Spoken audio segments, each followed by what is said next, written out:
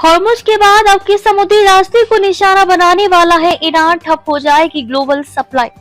Iran Hormuz जलडमरू मध्य के बाद अब बाब अल मंदेब जलडमरू मध्य पर नियंत्रण की तैयारी कर रहा है। ईरानी संसद के अध्यक्ष मोहम्मद बागेर गलीबाफ ने इसके संकेत दिए हैं। हॉर्मुज जलडमरू मध्य के बाद ईरान अब बाब अल मंदेब जलडमरू मध्य पर नजर डालने की तैयारी कर रहा है।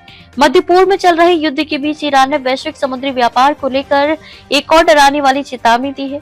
ईरानी संसद के अध्यक्ष स्पीकर मोहम्मद बागेर गलीबाफ ने संकेत दिया है कि तेहरान अब अपनी रणनीतिक घेराबंदी का विस्तार स्ट्रेट ऑफ हॉर्मुज से आगे बढ़ाकर बाब अल मंदेब स्ट्रेट तक कर सकता है।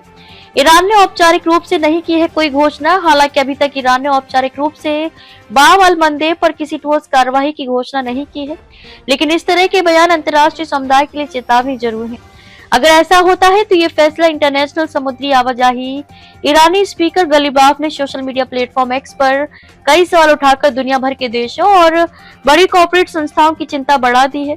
उन्होंने एक इमोजी के साथ रणनीतिक लहजे में पूछा, वैश्विक तेल, एलएनजी, गेहूं, चावल और उर्वरक शिपमेंट का कितना हिस्सा बाब अल मंदेब से होकर गुजरता है?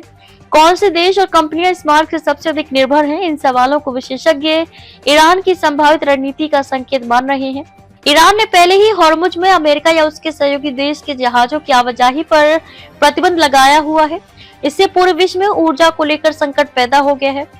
अब बाब अल मंदेब को निशाना बनाने का संकेत देना ये दर्शाता है कि ईरान अपने विरोधियों पर दबाव बनाने के लिए दुनिया के सबसे महत्वपूर्ण समुद्री चौक पॉइंट को नियंत्रित करने की योजना बना रहा है। मालूम हो कि बाब अल मंदेब लाल सागर और अदन की खाड़ी को जोड़ता है, जो सुएज नहर के माध्यम से यूरोप और एशिया के बीच व्यापार का मुख्य मार्ग है।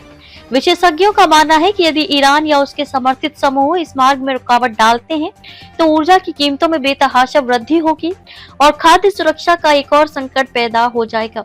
यह कदम सिर्फ तेल ही नहीं बल्कि गेहूं, चावल और उर्वरक जैसी बुनियादी जरूरतों की वैश्विक सप्लाई चेन को भी बाधित कर सकता है। ईरान का ये रुख ये भी दर्शाता है कि वह अब सीधे तौर पर वैश्विक व्यापारिक हितों को चोट पहुंचाकर बड़े देशों को अपनी शर्त मनवाने के लिए मजबूर करना चाहता है।